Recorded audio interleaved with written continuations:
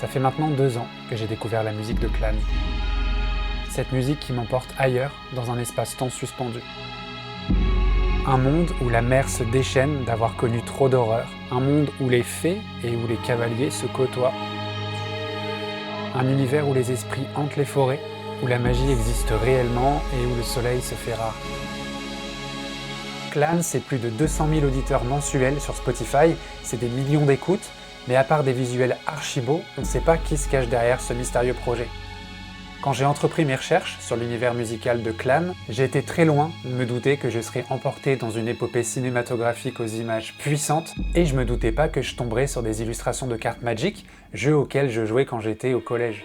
Et si tout cet univers musical, cinématographique, visuel était l'œuvre d'une seule personne? Un artiste complet, talentueux, indépendant, qui finance ses projets grâce à une communauté fidèle et engagée. Aujourd'hui, on va parler de Seb McKinnon.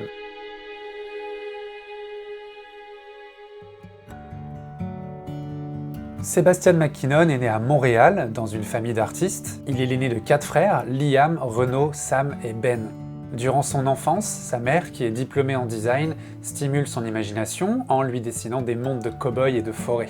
Il a toujours des crayons de couleur à la main, ainsi qu'un petit carnet dans lequel il dessine tout ce qui vient de son imagination. L'univers familial est tissé de complicité et de créativité, c'est le terreau d'un imaginaire partagé, lié au mythe et à la nature. Durant l'adolescence, Seb découvre le travail de l'illustrateur Alan Lee. Cet homme est talentueux, il a d'ailleurs gagné un Academy Award en tant qu'artiste conceptuel pour la trilogie Le Seigneur des Anneaux de Peter Jackson. Il a illustré des livres et Seb, quand il contemple son travail, il sent quelque chose en lui, une excitation, une évidence, il veut lui aussi devenir un illustrateur.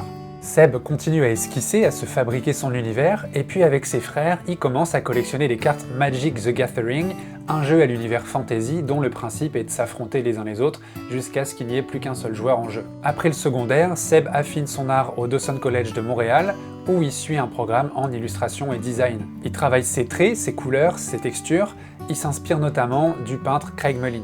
Et à la fin de ses études, il se fait repérer par le studio Ubisoft à Montréal, qu'il rejoint en tant que game designer. Mais pendant ce temps-là, il réfléchit déjà à faire quelque chose seul.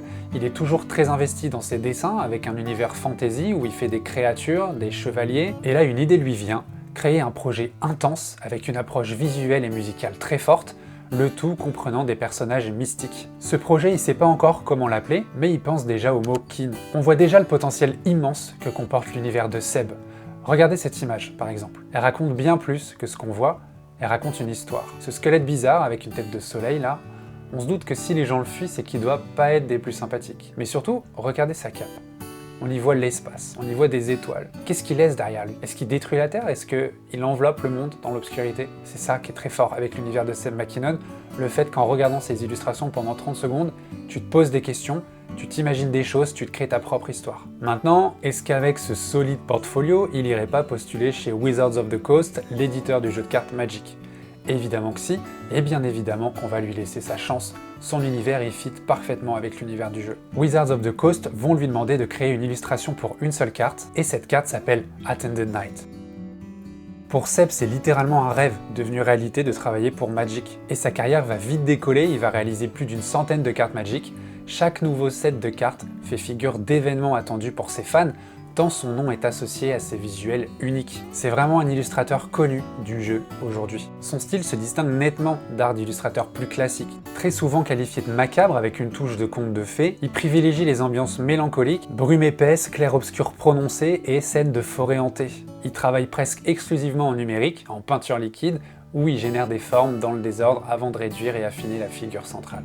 Son œuvre remportera par ailleurs un Spectrum Award, un prix qui récompense les œuvres d'art dans la fantasy, pour son illustration de la carte Stasis.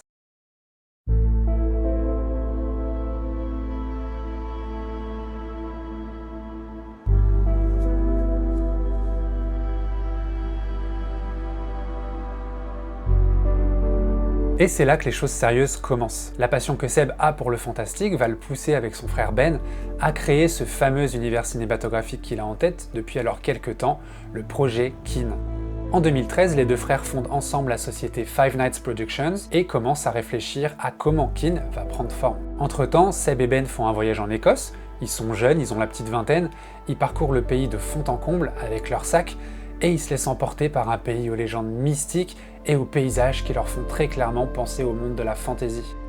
Ils ont l'impression de marcher sur des terres enchantées, et tout ça, ça les inspire. Ils se promettent que quand ils seront de retour chez eux au Canada, ils créeront le plus grand projet qu'il leur est possible de créer. Avant tout, il faut que je précise que Seb compose des musiques de son côté, des musiques qui font voyager justement, et qui mêlent électro-ambiante, trip-hop et down-tempo. Et ça a été un des points de départ du projet Kin, puisque ces musiques, elles peuvent pas juste rester là à prendre la poussière. Il faut absolument en faire quelque chose. Elles feront donc partie intégrante du projet cinématographique. Elles vont venir appuyer le récit, puisque Kin n'aura aucun dialogue.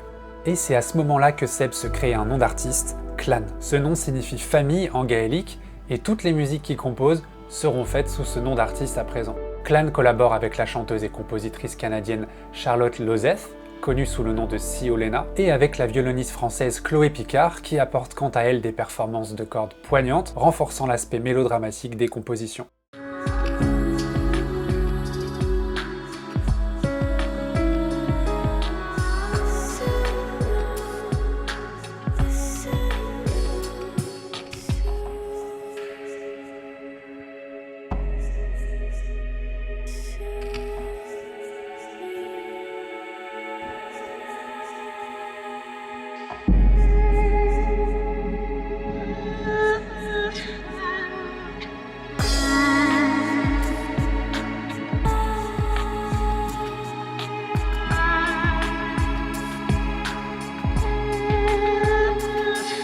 Le court-métrage Kin est incroyablement beau, ça donne vraiment envie de s'y perdre. C'est très fort ce que Seb et Ben ont fait, puisqu'ils arrivent à raconter une histoire sans aucun dialogue. La musique est puissante, l'image est incroyable, tout est chargé de symbolisme rêveur. Fées, rochers enchantés et princes qui se fondent dans des forêts brumeuses et qui nous poussent dans un imaginaire nordique.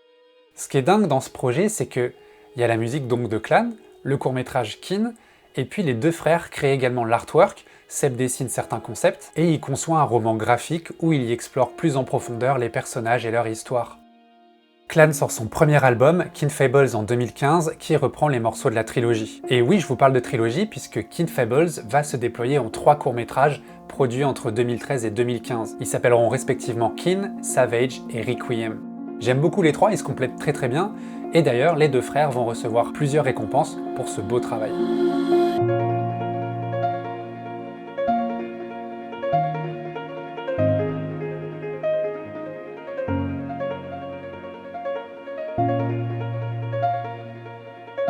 En 2016, il va y avoir une tragédie pour la famille McKinnon, puisque Ben, l'un des 2 frères fondateurs du projet Kin, disparaît subitement quelques jours avant son mariage.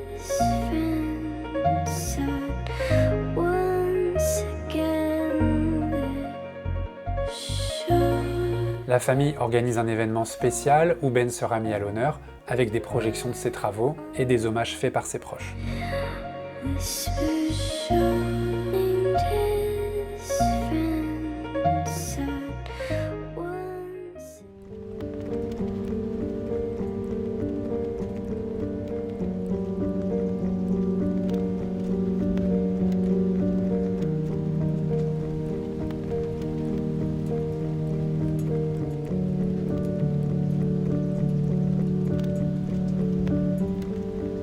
La perte de son frère donne à Seb un désir de lui rendre un ultime hommage. Il veut continuer l'Odyssée de Kin Fables en réalisant un long métrage. Il va alors solliciter Liam, un de ses frères, pour faire équipe sur le projet. Il va réfléchir pendant longtemps au scénario, et puis évidemment, un projet pareil, ça demande un budget considérable. Donc Seb va créer une campagne Kickstarter où il va faire un appel aux dons. Mais pas un appel aux dons classique où tu demandes juste de l'argent aux gens. Pour le long métrage, qui veut appeler Kin the Stolen Child, il va proposer des récompenses pour tous les donateurs. Il va leur envoyer des tapis de jeu qu'il a lui-même illustrés, des posters signés, des tableaux, des cartes magiques, le tout numéroté avec un certificat d'authenticité. Bref, il va mettre une valeur de dingue dans sa campagne, il va créer une page ultra détaillée et ça va payer, puisqu'il va récolter quasiment $1 million canadiens. Seb reconnaît lui-même que ses contributeurs ont changé sa vie et dit qu'il pourrait jamais envisager le projet sans eux.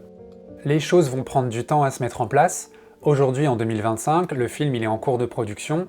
Seb partage des images sur son compte Instagram et la sortie est prévue pour 2026.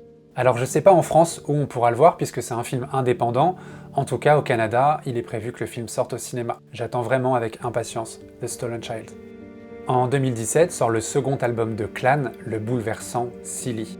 Il est dans la même veine que le premier album, toujours dans l'univers de Kinfables, avec des musiques éthérées, des beats down-tempo, des passages qui mettent en transe, une voix mystérieuse et des belles mélodies. On verra sûrement les morceaux de cet album intégrés au film The Stolen Child.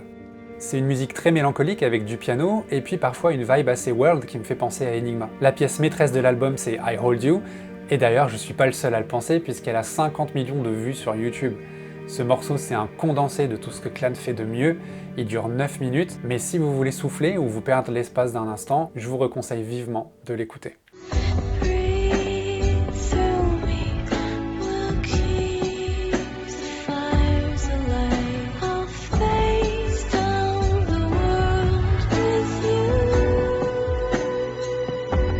Voilà ce que j'ai découvert en voulant savoir qui se cachait derrière Clan, le projet musical dont les chansons m'étaient souvent recommandées par l'algorithme. Il y a un seul homme, Seb McKinnon, qui a grandi en cultivant dans son fort intérieur un univers grandiose, étrange et merveilleux. Un univers tellement fort qu'il y consacre sa vie à travers son travail d'illustrateur, de réalisateur, de concepteur, de designer, de compositeur. L'univers de Seb McKinnon, c'est des créatures, de la magie, des voix d'anges, et surtout une sacrée ténacité. C'est le fantôme de son frère Ben qui plane au-dessus de sa tête et qu'il regarde plein d'amour et de reconnaissance.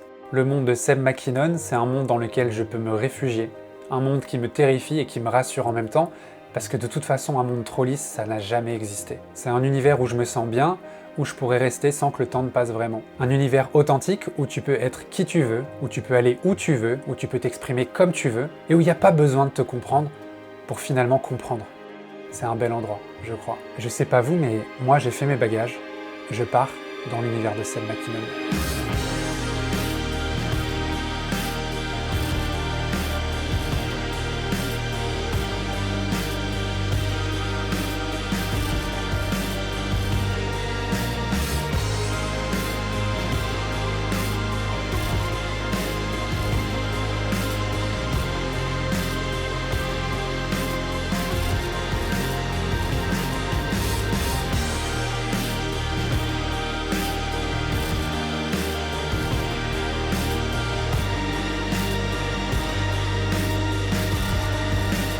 Coucou! Écoutez, je voulais vous dire merci d'être arrivé jusqu'au bout de cette vidéo. J'espère que vous avez aimé apprendre des choses sur l'univers de Seb McKinnon et sur Clan en général.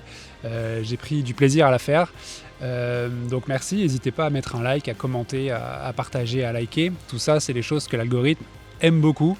Donc moi, ça va aider ma vidéo à avoir un petit peu plus de visibilité. Donc merci d'avance. Il y a une autre chose aussi dont je voulais vous parler, c'est que j'ai créé un compte Patreon sur lequel, si vous pouvez vous le permettre évidemment, vous pouvez soutenir la chaîne financièrement. Il faut savoir que sur les 2 dernières vidéos que j'ai publiées, j'ai touché 0 € parce qu'en fait j'ai fait le choix de mettre des extraits originaux des œuvres dont je parle, c'est-à-dire des extraits de clips et des extraits de chansons. Et du coup tout ça en fait, l'argent généré par les vues de ma vidéo, ça va aller directement aux ayants droit des droits d'auteur, ce qui est une bonne chose. Et puis finalement c'est mon choix, donc je me plains pas. C'est juste que voilà, si vous voulez m'aider, n'hésitez pas, je vous mets le lien du Patreon dans la description. Et puis voilà, merci d'avance, merci beaucoup, merci d'être là. On a dépassé les 12 000 abonnés là, il y a 2 jours. Donc voilà, merci énormément, prenez soin de vous et puis je vous dis à la prochaine. Ciao!